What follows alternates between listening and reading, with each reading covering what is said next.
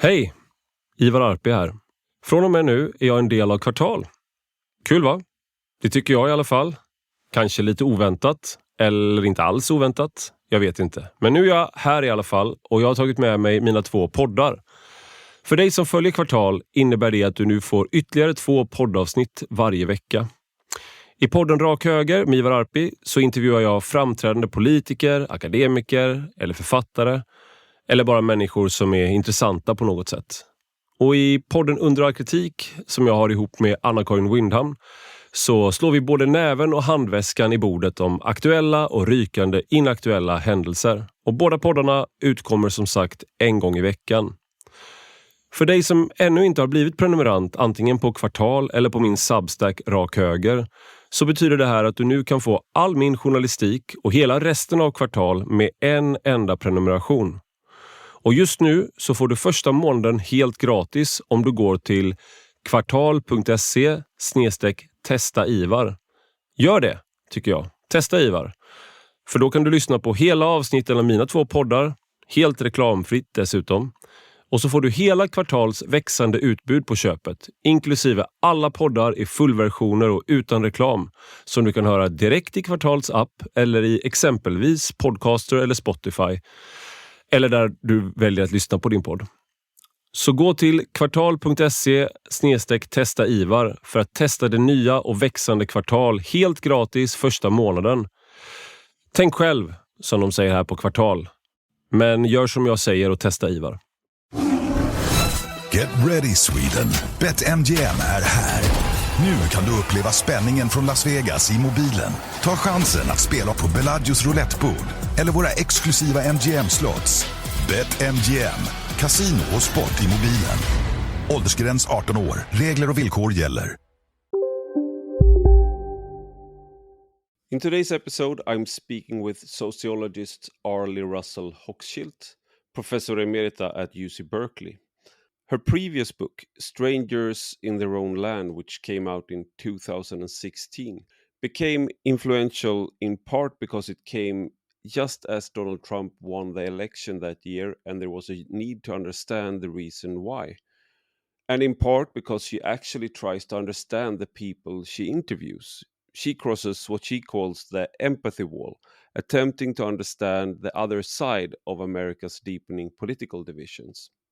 In her latest work, Stolen Pride, Loss, Shame and the Rise of the Right, Hochschild returns, but this time with extensive fieldwork in Appalachian coal country, exploring the emotional aftermath when communities lose pride, jobs and dignity, and asking who steps in to offer it back. She briefly uses Appalachia's historical Hatfield-McCoy feud as a symbolic lens, questioning whether perceived grievances, like the legendary stolen pig which set off the whole feud, reflect deeper losses of pride, status, and dignity that fuel today's political conflicts. Hochschild describes how Donald Trump successfully positioned himself as a kind of good bad guy, someone who breaks the rules and fights aggressively, but whose supporters believe is doing so on their behalf, reclaiming the pride they feel has been stolen. We discuss the deep story she identified, people patiently waiting in line for their American dream, becoming increasingly frustrated as they see others cutting the line. But now, on to today's guest.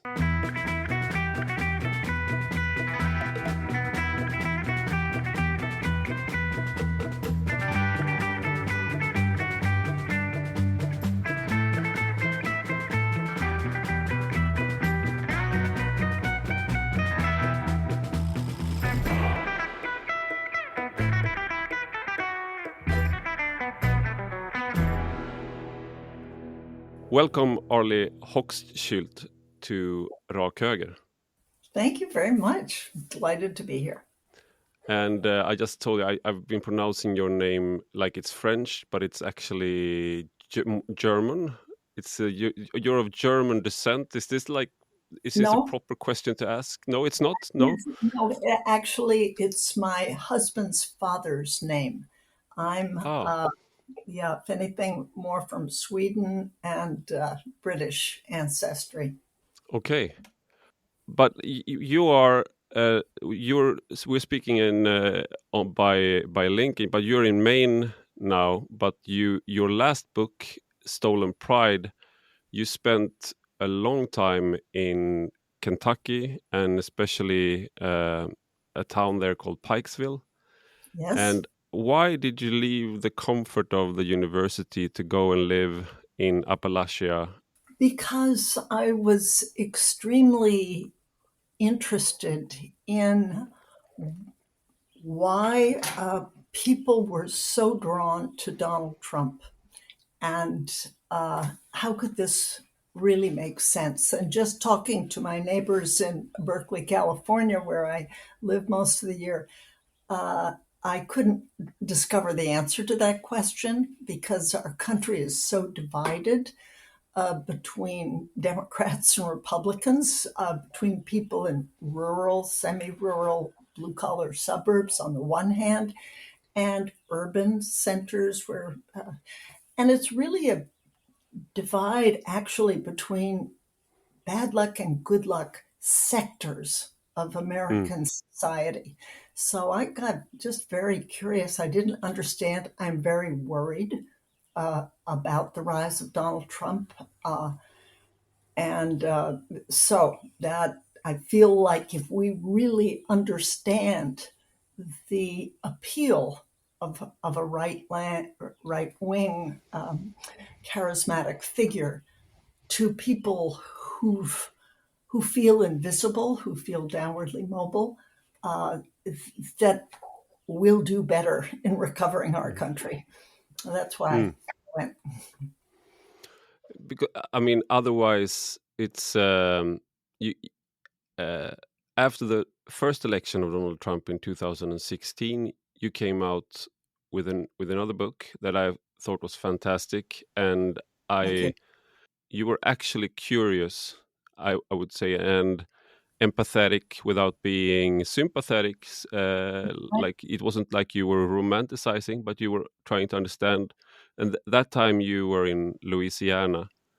Yeah. Could you just for people who maybe haven't read the book, like what did Strangers in Their Own Land? What were you trying to achieve by that book?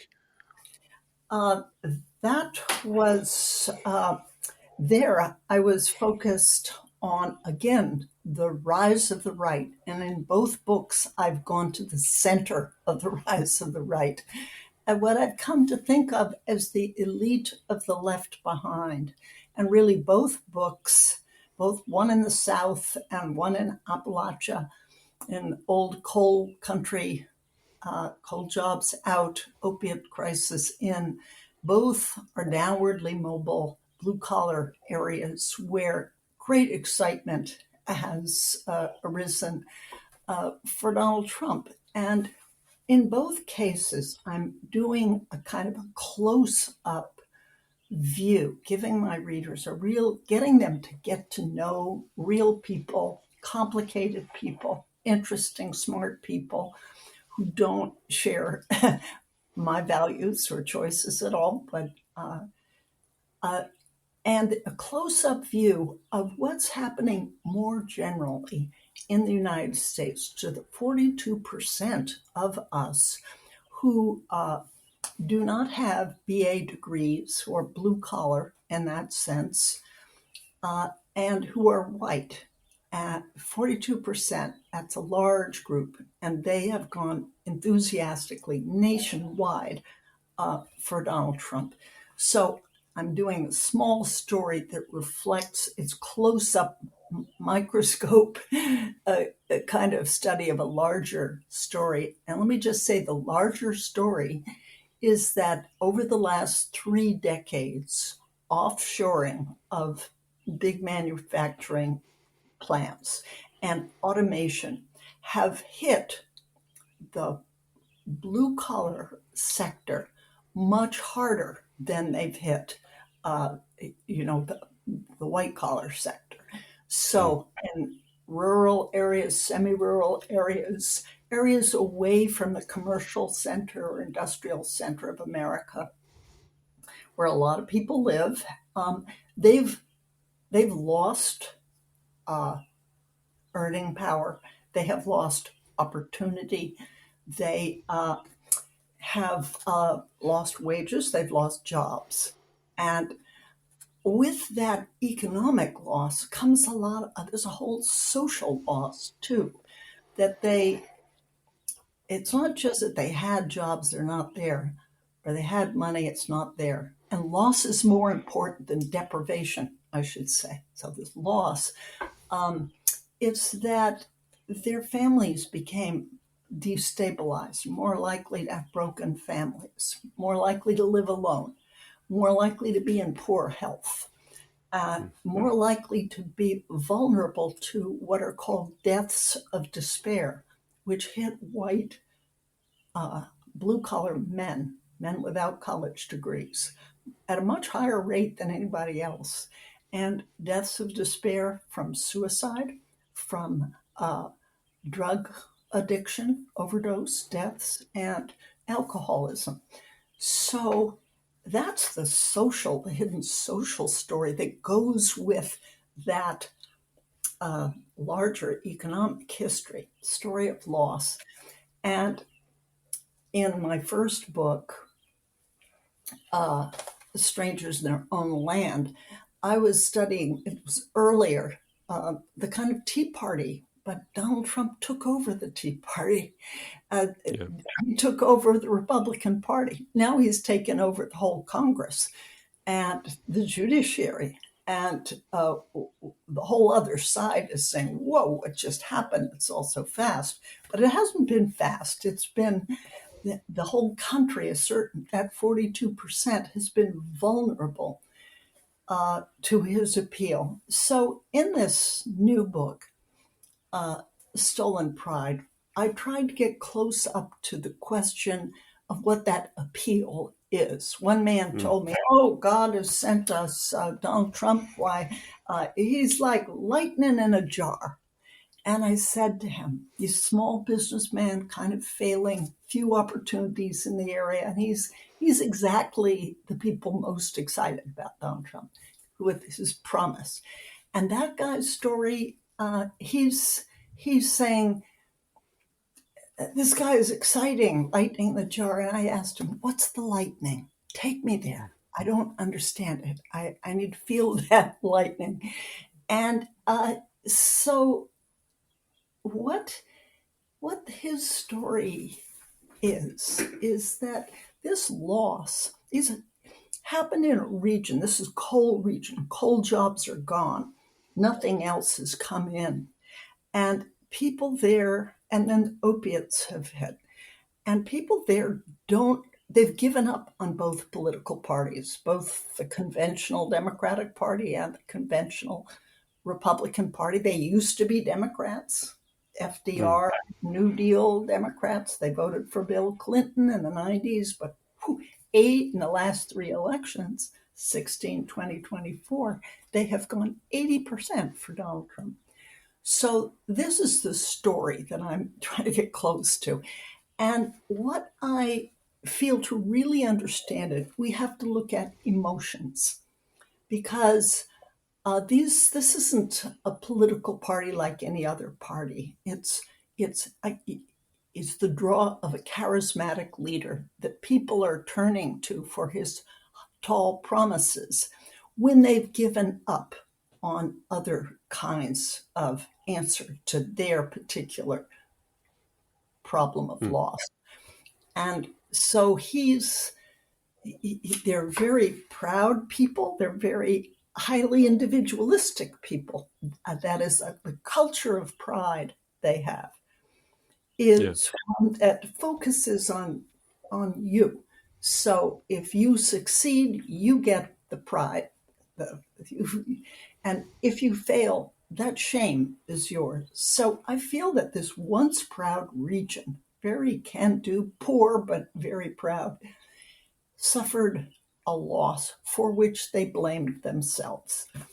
And so we're looking both at what happened to them economically, loss, and how they feel about that, ashamed.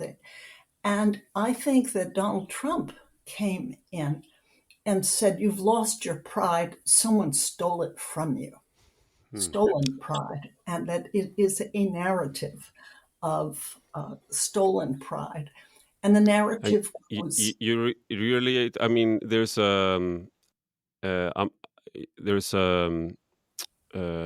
similarity to that stolen pride that you relay in the book when you go further back in the Appalachian history. And maybe some of my listeners know that I'm a big fan of the American South culture and Wild West. So I often do from time to time. It's not my most viral episodes, but I like them. But the Hatfield McCoy feud, that's which of course is part of a bigger honor culture, larger honor culture that came with the Scotch Irish to the region, and that stolen pride you're talking about. That feud began with a stolen pig, or did it? yes, Yeah. So you yes, could, right. Who of took the course, pig? it wasn't the pig. It was the slight. Like, how could you even think about doing something like this towards me, us?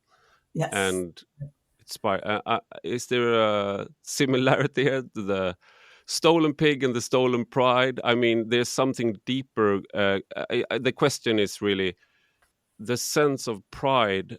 How much of a wider cultural phenomenon is that? That's what I'm trying to ask you. Yes, I think the story of lost pride is one we can think about as we look around the world at the rise of the right today. I feel that globalization has shaken up status systems, local status systems, national status systems, and the sector that's losing in that shakeup are often the more traditional, rural, semi-rural sectors that feel, wait a minute, the immigrants are coming in. I don't see any job through which I can move up.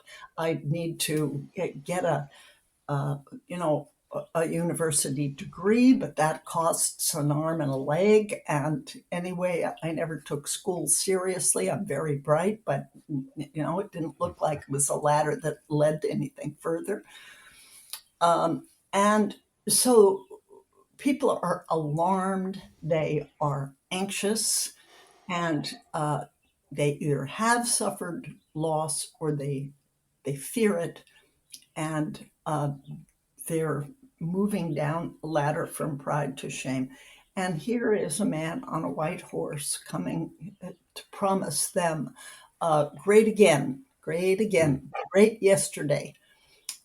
Again is the word again is doing a lot of work in That's that. right.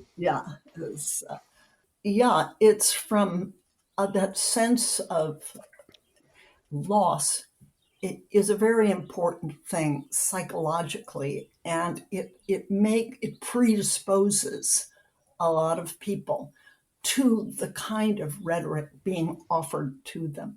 And I feel like over the last 8 years now, we have been subject to a narrative that we're not listening to clearly.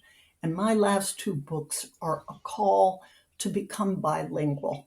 Both we speak rational, we look for rational stories, discourses, but we have to tune into the irrational ones, that there is paradoxically a logic to the Mm. emotional kind of narrative. And I propose that we have been publicly subjected to a 4-moment anti-shaming ritual by Donald Trump. And it goes like this. Moment 1, Donald Trump says something transgressive, something off the wall.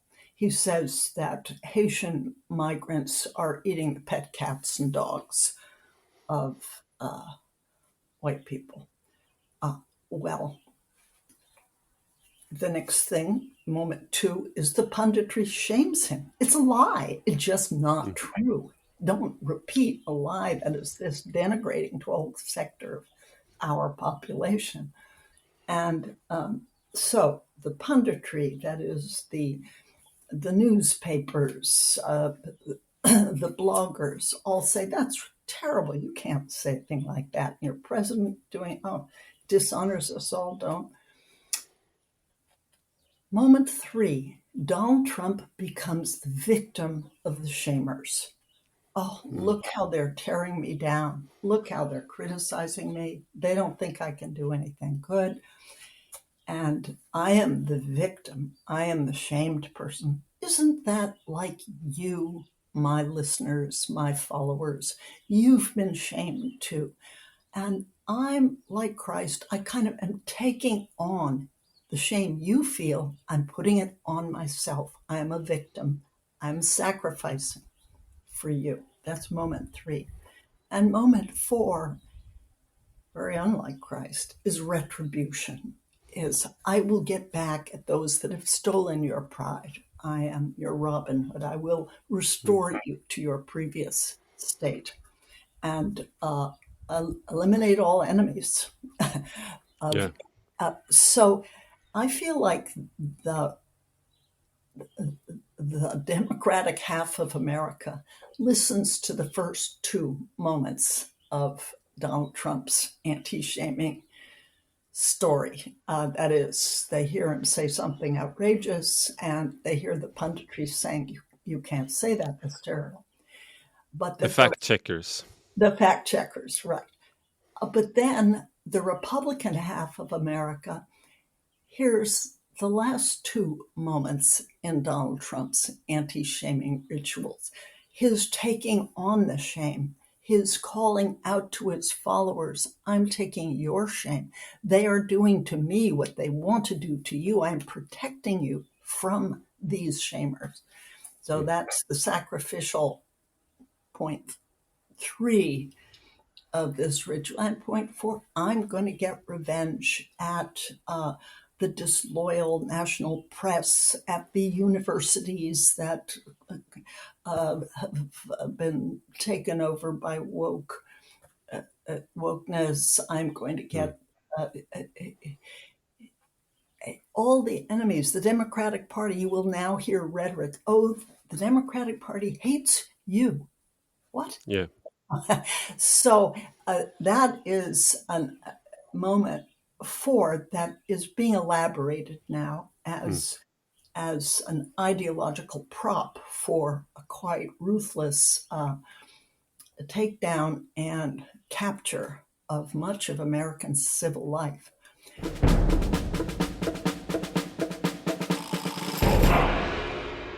You write in Strangers in Their Own Land about this as well, and that's the concept of a deep story, and that's something that you're alluding to now in this interview, and like a man stuck in line in the American dream. And the American dream is, of course, that if you work hard and you do the right things and you apply yourself, then you will have a better life. And it might also include that you will have a better life than your parents did. But then you see the so-called line cutters. You see women or people of color, African Americans or immigrants, refugees, and then you feel like if you're this man, then in this deep story, like I've been doing all the right things, but I'm getting punished basically for belonging to the wrong category, and then you feel like and you're falling behind, and you're not part of the new national story or the new story of the new America. So the deep story then from a right-wing perspective then is that somebody has to do something about these line cutters, and then you have the Donald Trump riding in on a white horse, and of course, yeah, he's a bully, but he's our bully. That's right. If you have you have bad bullies, but you have a good bully. It's like John Wayne sort of energy to him. Like, oh, of course it's not good, but like but he can really punch that guy. So That's exactly right. That's exactly right. And it was actually in Appalachia, a man had read my previous book and said, I saw about the deep story you think that we people on the right have. And I think it's right. We do. We are standing in line. We are resenting these line cutters, but you've left something out, and that is the bully. And yeah. we know he's a bully. We don't think he's a Christian. We're not fooled by that, but he's our bully. That's right. But this deep story, do you think? Because one thing that when I've heard you interviewed, I think it was in The Good Fight with Yasha Monk, which I interviewed a while back, so everything goes around. But Yeah. then you said that there's some of your colleagues get a little bit scared of your work. Like, why are you trying so hard to understand these deplorables or these people? Like they are, the empathy is empathy can be great if it's the right people you're empathizing with. But if you're empathizing with this, I mean, you some of the people you talk to are perhaps not people you would like to meet in a dark I will alley. vote with No, if you're not like, if they don't like you, you're gonna know it. Like you talk to a guy who's in prison and he takes pride in being bad, so to speak. I mean, he's a dangerous person, and so to empathize with him and to maybe you're doing something wrong, you maybe you shouldn't empathize. You should Right. just like harden yourself.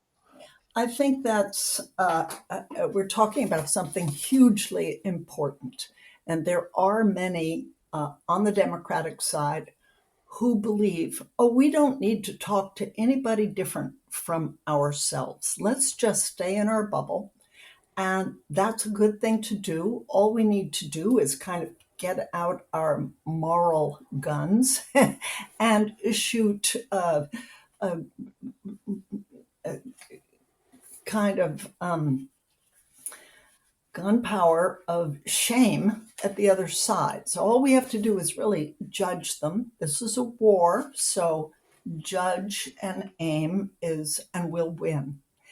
And my response to that is judge and aim from your declining Democratic Party, and you will not win. That is you have to get out of your bubble, look at the whole story, and see that you actually are losing. And that if you really want to win, you have to reach out. The whole white, blue-collar class is a lot of people, and a lot of them agree with you. And the story about communication is that people on the left are worse at reaching out than people and understanding the other side than people on the right. One recent poll found that liberal Democrats were more likely to... Tänk om din plånbok kunde prata. Vad skulle den då säga om din relation till ekonomi? Alla relationer har ju sina ups and downs, men att han har lån lite här och där, det tror jag skulle vara en ick för rätt många plånböcker och inte bara för mig. Ett första steg mot en bättre relation till sin plånbok kan vara att samla sina lån. Samla dina lån till ett på lendo.se. break off contact with someone who says something they disagree with, then we're conservative Republicans, more likely to just shut off the conversation. Whites are more likely to do that than blacks. So that's on the one hand, and poignantly enough, studies of the right wing show that they're more likely to be open to conversation, to soften their views, if someone sits down opposite with them and has a plate of beans, where they kind of see who you really are. Are you this elitist person, or do you cut your grass yourself and you have a lot in common with them? So you have these two studies of how the left won't reach out. They're all saying, well, look, why don't they come to us? That's how the center of the left feels. And center of the right says, well, you never come. I don't know who you are. The deep state probably is something real there.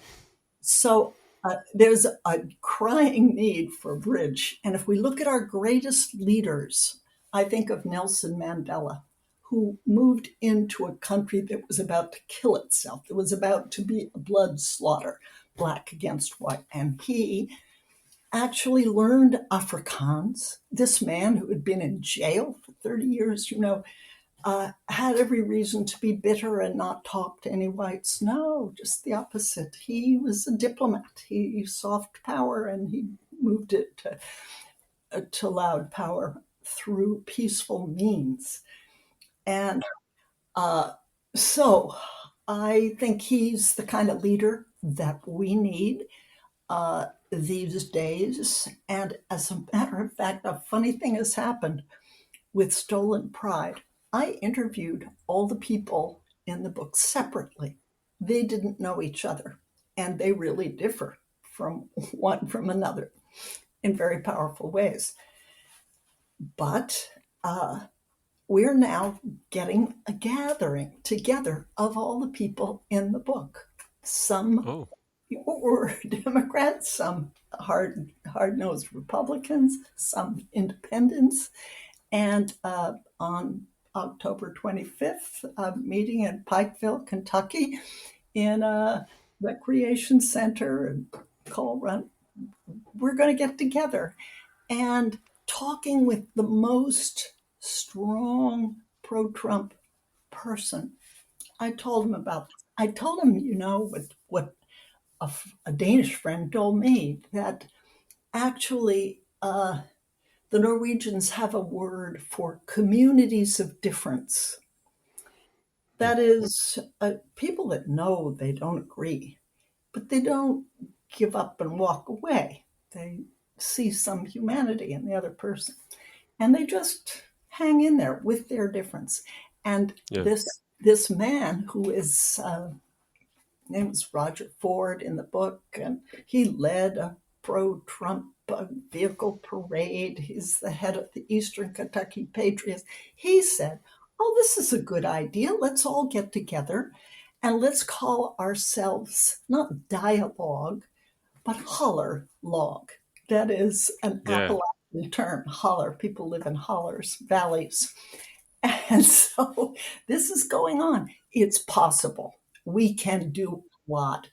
And it turns out this man, although he's in coal country, is very interested in renewable energy, in solar panels, all those cut off mountains that were sliced open to pull coal out and they're just sitting there.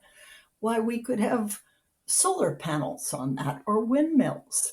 And it turns out that Joe Biden, Democratic former president, allocated a lot of money that mainly 80% of which goes to red states for renewable energy, good, well-paid jobs in renewable energy. And this Trump voter said, you know what, we need that money here. We could use it. Don't make us eat any humble pie. Don't say stupid hillbilly. You voted for the wrong guy. None of that.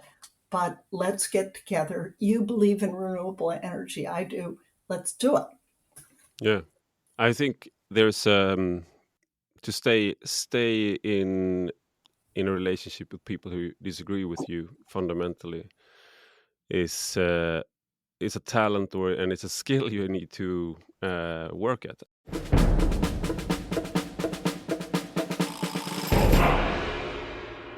And I just remember I read a lot about why did the people inhabit Appalachia in the first place?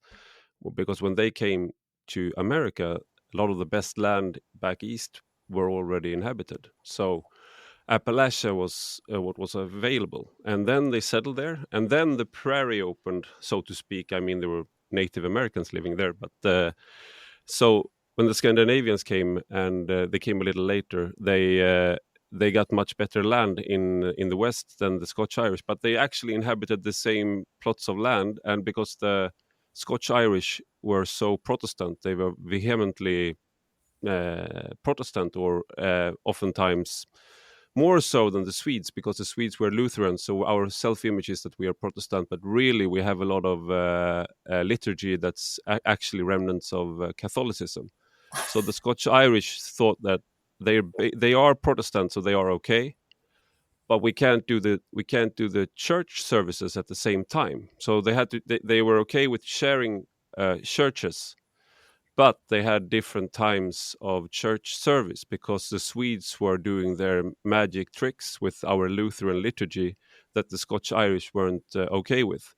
And the Swedes and the Scandinavians basically wrote home and told everybody about the Scotch-Irish, like they are raw, violent, but they are helpful and friendly neighbors.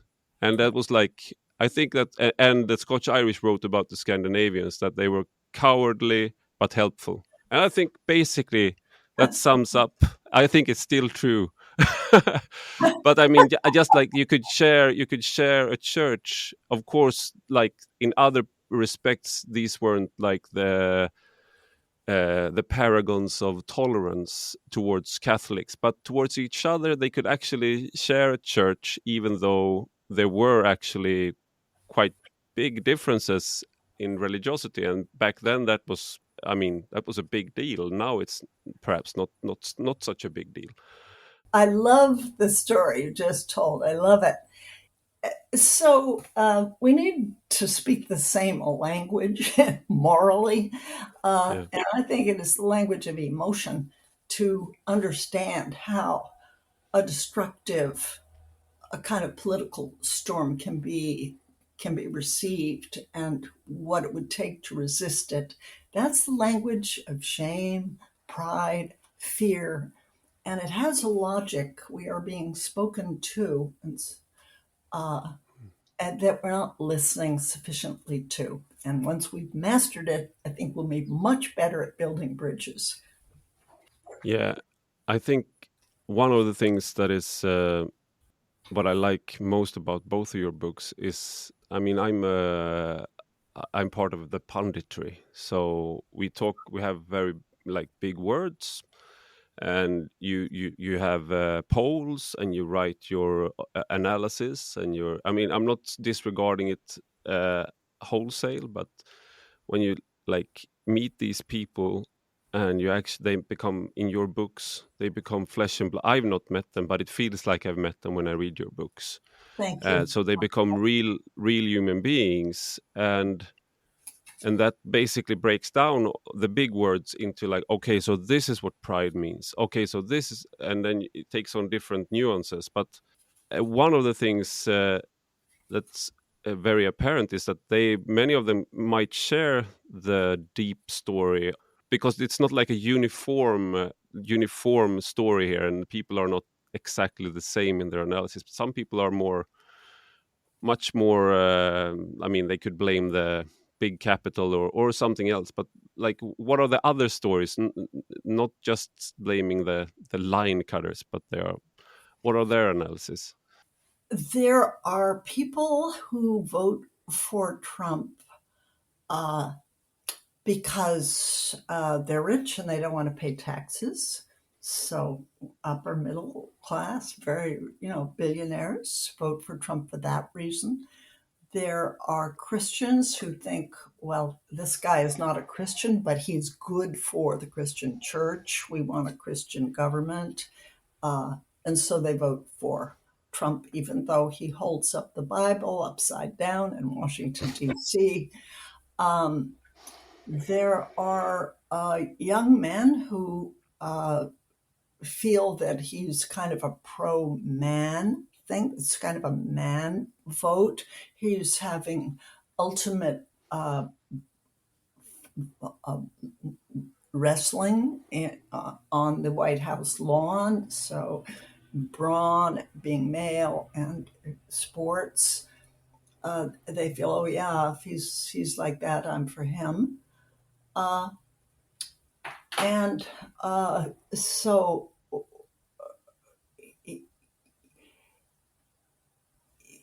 there are people who just feel cut out.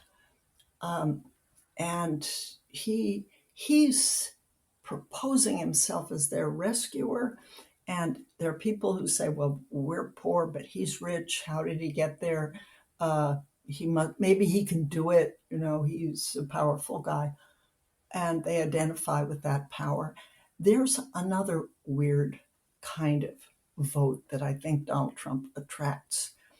The kind of tough dad vote. There's some people who say, oh, my dad was drunk. Oh, he beat me up, threw me up against the wall. Yep, that's how men are, And hey, Donald Trump reminds me of my dad. He's a little rough, but oh, he loved me. Oh, he loved me. Rough, but oh, he loved me. There's a vote like that. And then you look at these good dad candidates like the Democratic candidate Beshear, who is now the governor of red state Kentucky. Andy Beshear would be like a good dad candidate. But so it doesn't look like a constituency, but emotionally speaking, it kind of is both ways. I want a candidate like my dad. So, there are lots of different stories. I did interview a QAnon evangelical minister in he served a very small congregation in a tiny village outside of Pikeville in Kentucky.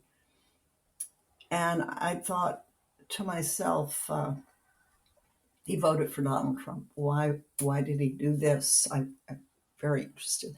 Very gentle man, gentle.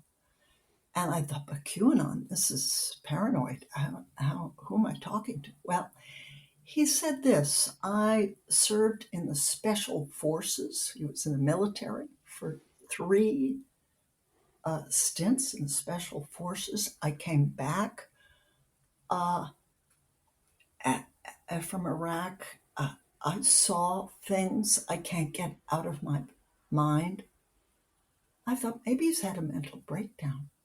It's a gentle, lovely guy. And he said, well, I've gotten so I don't trust anything except the Bible. And he has his hands on the Bible as he's talking to me. And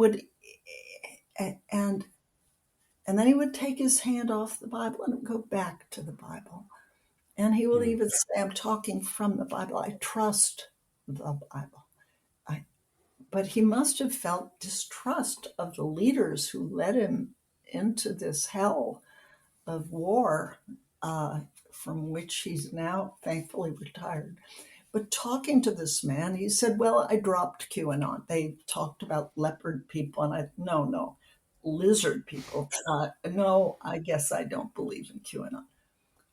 Still distrustful, given up on QAnon, and had voted for Trump. So I began to ask him about the immigrant Garcia, who has no criminal record but was whisked off to a maximum security prison in El Salvador. And Donald Trump has refused to get him back, even though he was mistakenly classified with people who had police records. And he was applying for citizenship, was in an apprenticeship for a good job, had a family. Anyway, that's the story. This man, this former QAnon Trump voting religious man, said this: well, Garcia was a member of a gang. So he was wrong. He was taking right-wing facts, but he was giving them kind left-wing interpretations. At first, I couldn't put together what I was listening to, but he would say, oh, he's committed bad crimes. Okay. But now he has a family, and it's very important to be a good father. Now he's going on and he's trying to get a good job. And so it was a whole sympathy. story that he was nailing to a Fox News claim. Yeah. I thought, how many people are out there who actually are like this man? And I just felt my eyes opened and deepened to hear his Yeah. version, his experience. So you're right. Many things take you to Trump, and some things can bring you back out of it. Yeah. I mean, one of the things that you have a really easy time sympathizing with is basically, hey, of course you want these people to have a better chance at life. You want to raise them out of poverty. You want to give them good paying jobs that can support a family, so that it's easier for couples to stay together, and less shame, loss of face for the white men that's in these very white areas are being, instead of turning to drugs and family spring. Of course you want all that. So it's hard, seems hard to achieve, and you can understand why somebody comes along and you hear what they're saying, and you feel like a glimmer of hope, lightning in the jar. I mean, it's very easy to sympathize, even though you don't sympathize with the candidate yourself. Like, if somebody comes along and says that, I mean, let's go. That's right. Just to say that with that understanding, it's not hard to build bridges, and it's important.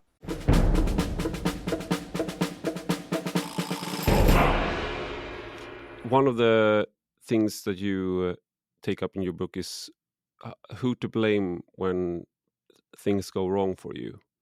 If I lose my job and I like need to apply for food stamps, is it because I'm not applying myself enough, or is it because of those damn big corps just never keeping their promises, or those like something else happened? It's not on me. I'm not the cause of my own.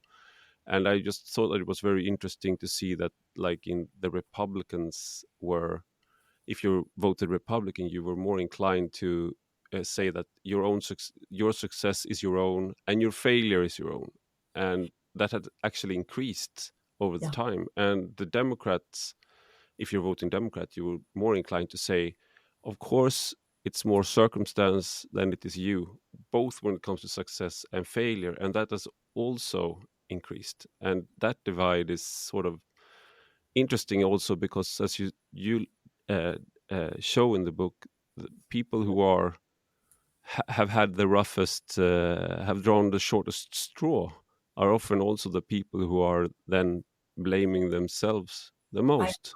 It's a paradox. It's a painful, painful paradox that, as you say, the people who have suffered the most losses, the coal company went away, and it left us with contaminated water that we can't drink, and more shaky soil. Nothing grows. And nothing else good has come in. That those are the people who are most likely to say, "Damn, I didn't try hard enough." You know, and if that job's gone, I really should leave this area and get in a truck and go to Cincinnati and try and get an industrial job. But whoops, what if that factory in the city closes down? Then I have to go back home empty-handed, ashamed. And if you get into drugs, there's another kind of shame. So a lot of shames. And then those lucky people in blue cities that are doing fine, they've got a new high-tech job, they've got a beautiful house, they're not afraid of crime, kids in private schools are looking, those dumb hillbillies, those homophobic, racist, sexist hillbillies. So that's one more shame piled on the rest. And, part of what's missing on the left is some is not only what we've already talked about, but some understanding of the sources of pride among people on the right. For example, one woman said to me, "Oh, we grew up dirt poor. And, but we managed. You know, my mother put everything in the soup, and we gathered mushrooms, and we went out and picked lumps of coal for heat." And she told me this proudly. You know, it really broke my heart that there was, she, rather than say, "Oh, I'm abject and poor," no, she was saying, what's really great is the creative way that we handled being poverty. And my sisters and I, there was no grass in the front because we were playing jump rope and we were out there playing. In other words, we were happy and we were resourceful. Yes, we were poor, but don't put us down for that. And I feel like it's very important for people who are not in those circumstances to say, I get that. I get that. I understand that pride. Yeah. I think it's a wider story really, but it's a specific to Kentucky because it's a coal country. Like how much of a skill some of the people you talk to, they go into detail and how to, what you need to know to work in a coal mine. I mean, you just say like, I worked in they worked in a coal mine, and then if you haven't done it, it's like just a couple of words together, and you get like a vague picture, perhaps of Snow White and the Seven Dwarfs or something, because it's so far from your reality. But it's, and so these are like skilled laborers, and then all of a sudden those skills that they've accumulated, and they are not worth anything. And that's exactly right. So that resourcefulness is sort of not worth anything. Exactly. So we're talking not about losing a job, but having all you know, your brilliant take of inside a coal mine, where the wall might fall, how much oxygen is needed in that area of the mine, the mental map you have inside that mine, all that knowledge and moral quality of sticking with it and dealing with potential danger suddenly is devalued. Suddenly no one needs what you know. It was as if, for me, the university closed down and sociology was a silly thing, and AI can do it. And incidentally, I do think that AI is about to inflict the same losses, not only of jobs, but of the value of what you know and what you treasure about yourself and have worked hard for, that too could melt away. And that could do to the middle class in years to come, and it's already starting, what the loss of coal and oil and industrial work and automation did to the blue collar class in the decades behind us. So we need to look sharp, because my worst nightmare is that a Donald Trump, if not this one, then the next one, will capture the sense of shame and loss for the middle class in a way that it has done for the blue collar class.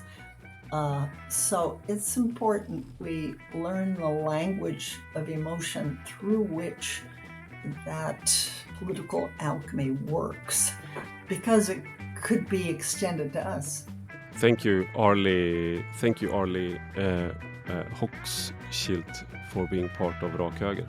My pleasure. Lovely to talk with you. Thank you. Och stort tack till er som lyssnar. Och vi får inget presstöd, vi tar inte emot pengar från någon intresseorganisation eller lobbygrupp. Det är endast tack vare er prenumeranter vi kan fortsätta vara självständiga röster i en konform samtid. Vi hörs om en vecka igen.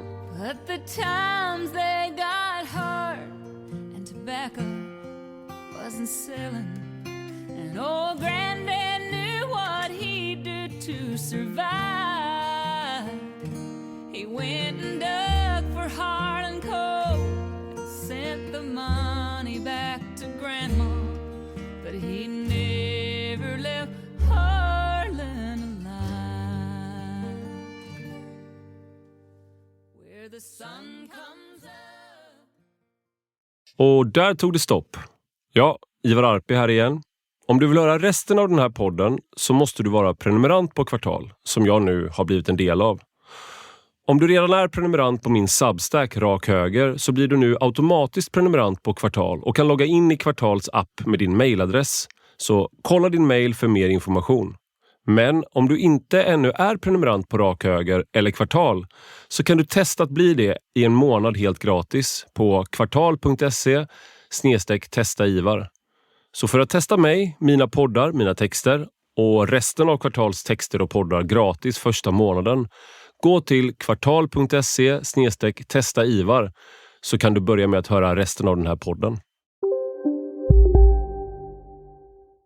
Om drömmar har en hemstad så heter den VM i fotboll. Sverige är nu en del av denna dröm och miljoner blågula hjärtan slår i exakt samma takt. Ladda ner Expect-appen och förstärk din VM-upplevelse med vår helt nya sportbok. Som ny spelare får du även en matchad bonus på upp till 1500 kronor. Välkommen till nya Expect. Åldersgräns 18 år, se regler och villkor på expect.se.